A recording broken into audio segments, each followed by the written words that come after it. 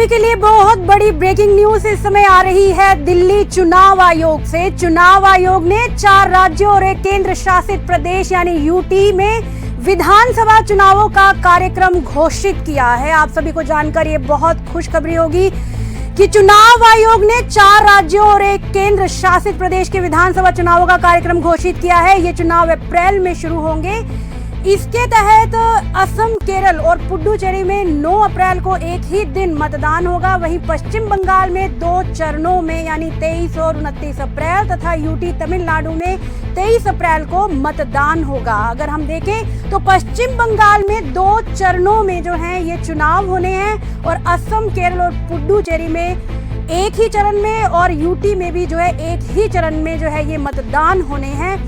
चुनाव कार्यक्रम की घोषणा के साथ ही इस समय देश में जो है संहिता तत्काल प्रभावी हो चुकी है, यानी आचार संहिता जो है वो तत्काल जो है अभी प्रभावी हो चुकी है, क्योंकि तमिलनाडु में कुल 234 विधानसभा सीटें हैं, जहां डीएमके नेता एमके स्टालिन जो है वो 2021 से ही मुख्यमंत्री हैं। और अगर हम ईस्टर्न स्टेट की तरफ देखें तो पश्चिम बंगाल में 294 विधानसभा सीटें हैं, जहां टीएमसी की नेता ममता बनर्जी की जो है वो सत्ता है और ये सत्ता 2011 से ही है।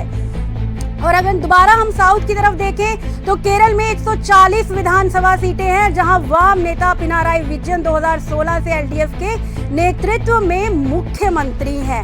वहीं दूसरी ओर अगर देखें तो असम में एक चरण पे जो है वो ये मतदान यानी चुनाव होने हैं और 126 विधान सीटों पर जो है ये चुनाव होने हैं दोस्तों।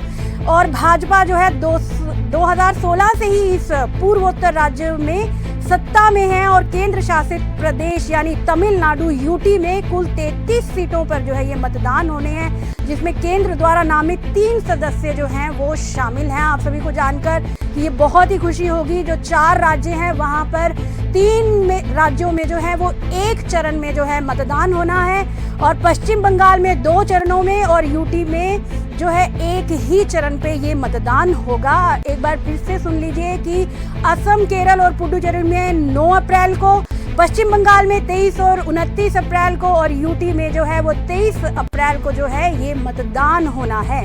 वहीं जो है प्रेस कॉन्फ्रेंस में जो है मुख्य निर्वाचन आयुक्त ज्ञानेश ने जो है ये निर्देश दिए हैं, जो सभी के लिए जानना बहुत जरूरी है कि 4 राज्यों और एक केंद्र शासित प्रदेश के कुल 824 सीटों के लिए ये वोटों की गिनती जो है वो 4 मई को होगी, यानी 4 मई को जो है इसके रिजल्ट्स जो हैं वो पेश किए जाएंगे। और वहीं दूसरी ओर जो है साथ ही साथ इस आदेश के साथ जो है उन्होंने एक और भी आदेश दिया है कि चुनाव हिंसा या प्रलोभन से मुक्त होने चाहिए। फिर से सुन लीजिए कि चुनाव हिंसा जो है और नहीं होनी चाहिए और प्रलोभन से मुक्त होने चाहिए ये चुनाव, क्योंकि आयोग किसी भी उल्लंघन का जो है वो समर्थन नहीं करता। यदि कोई उल्लंघन करेगा तो उस पर कड़ी कार्रवाई की जाएगी। तो दोस्तों, अब तक की ये सबसे बड़ी ब्रेकिंग न्यूज है जो चुनाव आयोग दिल्ली से आई है। अभी से मैं दूसरी बार फिर एक और ब्रेकिंग न्यूज से मिलूंगी, तब तक के लिए नमस्कार।